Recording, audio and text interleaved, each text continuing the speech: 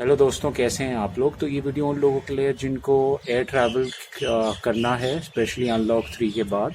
तो बहुत सारे क्वेश्चंस हैं मन में कि क्या क्वारंटाइन पीरियड है, क्या कोविड टेस्ट कराना इम्पोर्टेंट है ट्रैवल करने से पहले, और क्या कोई ई पास की ज़रूरत है, या क्या वो ट्रैवल कर भी सकते हैं किसी पर्टिकुलर स्टेट में। मैं आपको बता दूं, अनलॉक 3 के बाद गाइडलाइंस जारी की हैं एयरपोर्ट अथॉरिटी ऑफ इंडिया ने। तो एयरपोर्ट अथॉरिटी ऑफ इंडिया ने काफ़ी छूट दी है हर स्टेट को अपने खुद के रूल्स बनाने की, मतलब ट्रैवलिंग के मामलों में, कि क्या क्वारंटाइन पीरियड है। बट बेसिकली हर स्टेट में एक ही रूल है, ऑलमोस्ट बहुत सिमिलैरिटी है। मैं आपको 3 स्टेट का कंपैरिजन बता देता हूँ, आपको समझ आएगा कि ये 3 स्टेट्स में बिल्कुल सेम है, और बहुत सिंपल सेंस में आपको पता चल जाएगा आपको क्या क्या रिक्वायरमेंट्स है और आपको कितना क्वारंटाइन पीरियड में रहना पड़ेगा। Let's take an example of Maharashtra. Maharashtra बहुत बड़ी स्टेट है, तो उसमें बहुत सारी सिटीज़ आती है, औरंगाबाद जैसे, मुंबई, तो पुणे, जिसमें इंटरनेशनल एयरपोर्ट्स भी हैं। तो इसमें हर एयरपोर्ट का थोड़ा सा डिफरेंट प्रोसीजर है, बट बेसिकली सब कुछ सेम है। और मैं आपको बेसिक चीज़ बता देता हूँ।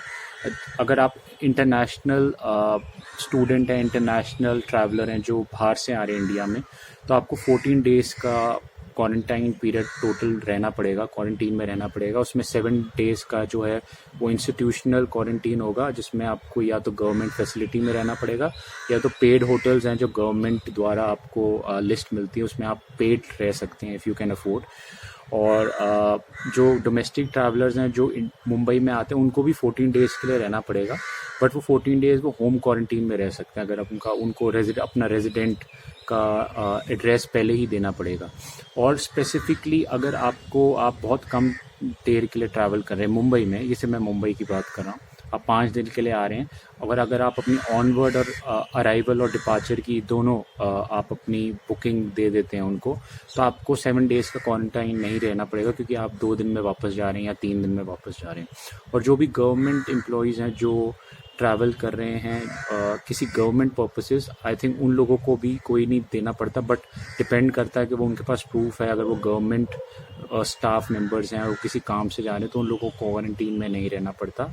अगर हम दिल्ली की तरफ जाते हैं तो दिल्ली में भी सेम है। एक चीज़ और, आपको आरोग्य सेतु ऐप डाउनलोड करनी पड़ती है। किसी भी स्टेट में आप जा रहे हैं, आपको ये एप्लीकेशन चाहिए होगी, और आपको थर्मल स्क्रीनिंग से निकलना पड़ेगा। दिल्ली में अगर आप आते हैं तो आपको भी 14 डेज़ का क्वारंटीन रहना पड़ेगा।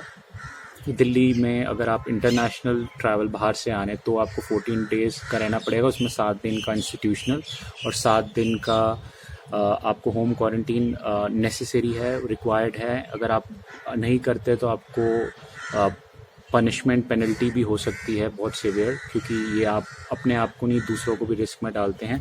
और वही लोगों को आने और आगे जाने दिया जाएगा जो एसिम्प्टोमेटिक है, जिनको कोई मतलब फीवर नहीं है और कोई और कोई भी सिम्टम नहीं है कोविड का, वही लोग ट्रैवल कर सकते हैं।